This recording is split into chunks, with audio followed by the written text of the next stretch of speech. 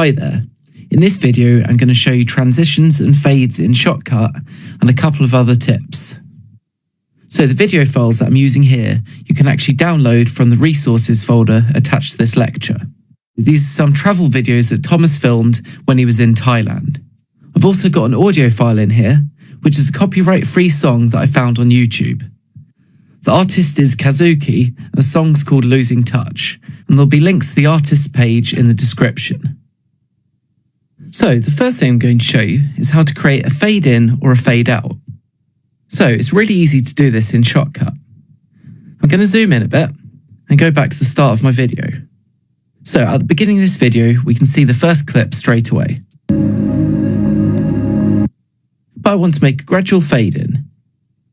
So all I have to do is hover over the top left-hand corner of the clip. When this flashing ball appears, if I click and drag that over to the right, it'll create a fade in. You can see the length of the fade is measured in seconds and milliseconds. So if I start the video back now, it's gradually fading in. Now, one other thing to note. I'm just going to mute the song for a moment and unmute my video track. These fades will affect both the video and the audio. So if I play this back, you can hear the audio that comes with the video clip, and that's gradually fading in as well. Now, sometimes you may not want your fade to affect the video or the audio. So we can change this very easily. So if I click on the clip that I'd like to work on, and open up my filters window, so with this button up here, I can look at the filters that have been applied to this clip. This text is just the text, "A Day in Bangkok," so ignore that for the moment. But we have this fade in video and fade in audio. So if I get rid of my fade now, we can see that they've both disappeared out of the filters list. Now they're back in again. So it's very easy to change. If I don't want this fade to affect the audio, I can simply click on this tick box here, and now it's only going to be affecting the video. Or vice versa.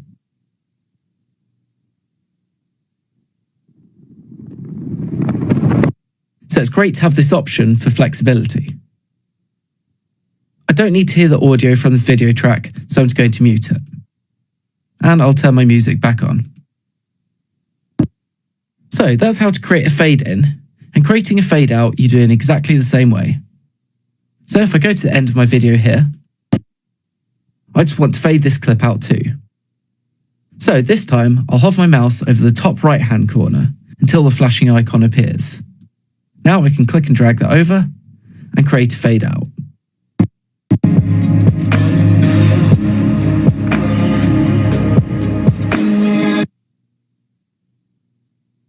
Again, you can do this on any clip in Shotcut.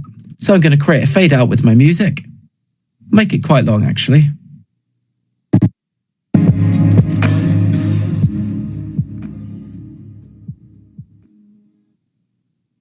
And also make a fade in right at the start.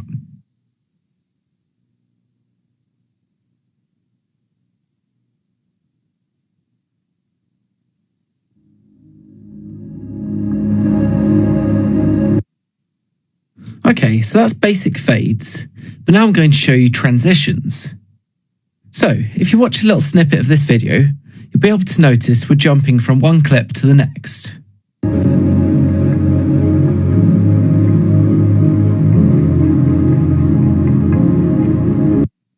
But sometimes you might want to add a transition between one clip and the next.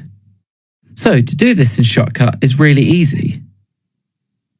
All I have to do is click and drag one clip over another and it'll add a transition.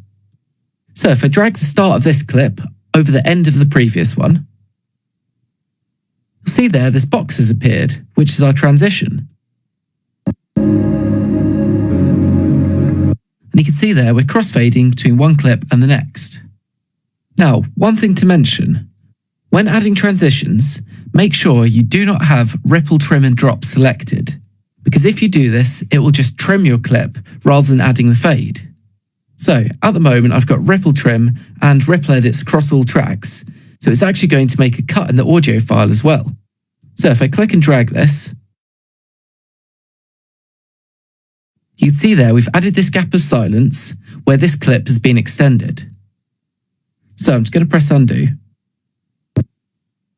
So just make sure ripple, trim and drop is not selected when adding your transitions. So you can also click and drag the end of one clip over the start of the next.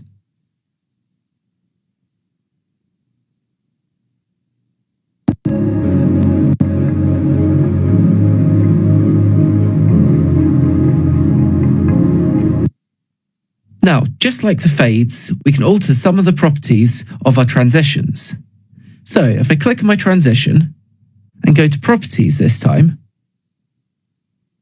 we can see some information about our transition.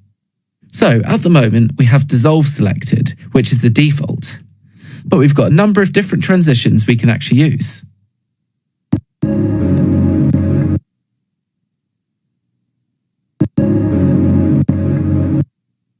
We can also adjust the softness of some of these transitions.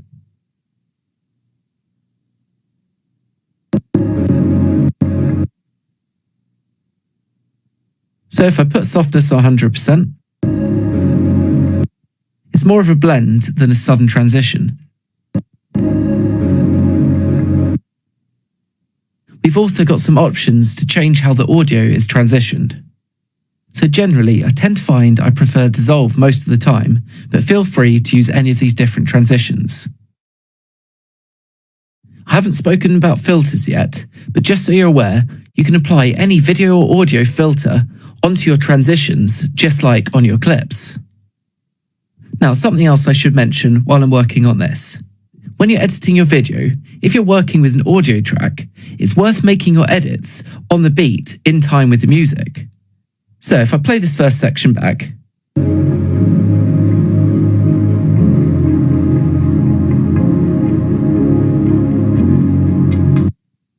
I just want to make the jumps between the different clips change on the beat. So this first one here with the transition, I feel like I want it to start slightly later.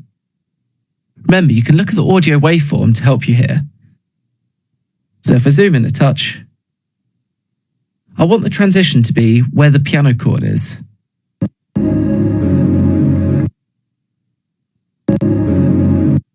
I think that starts about here. And I'm just going to make it a touch shorter.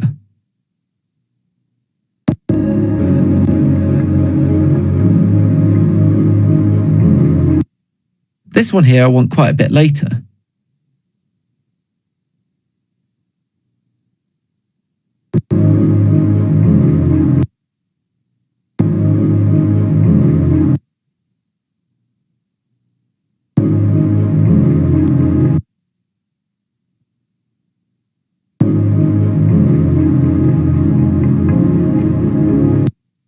Going to add a transition here, just a very short one this time.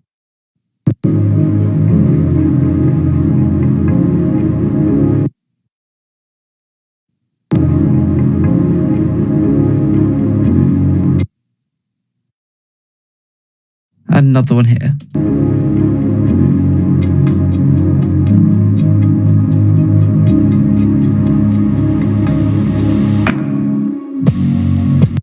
So, as you can see there, transitions are a great way to blend between different clips.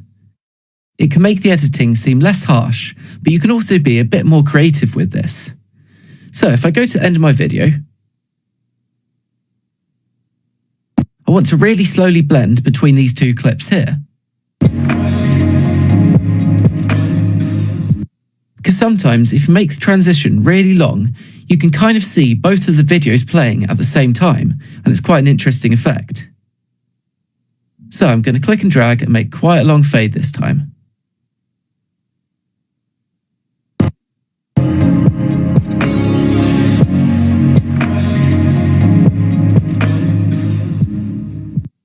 I'll just make it a touch shorter than that actually.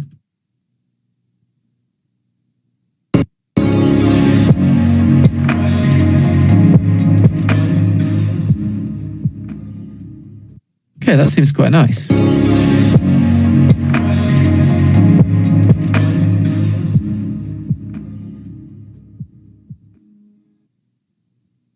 Okay, so that's how you can add transitions and fades in Shotcut.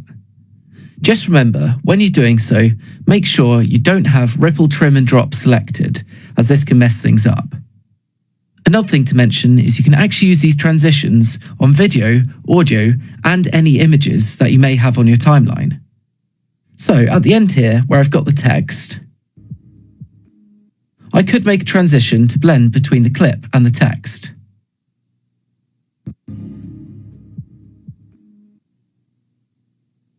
Okay, so now you've learned how to use transitions in Shotcut, I recommend just going away, having a play with these and practice using them. In the next video, I'm going to look at some more editing features.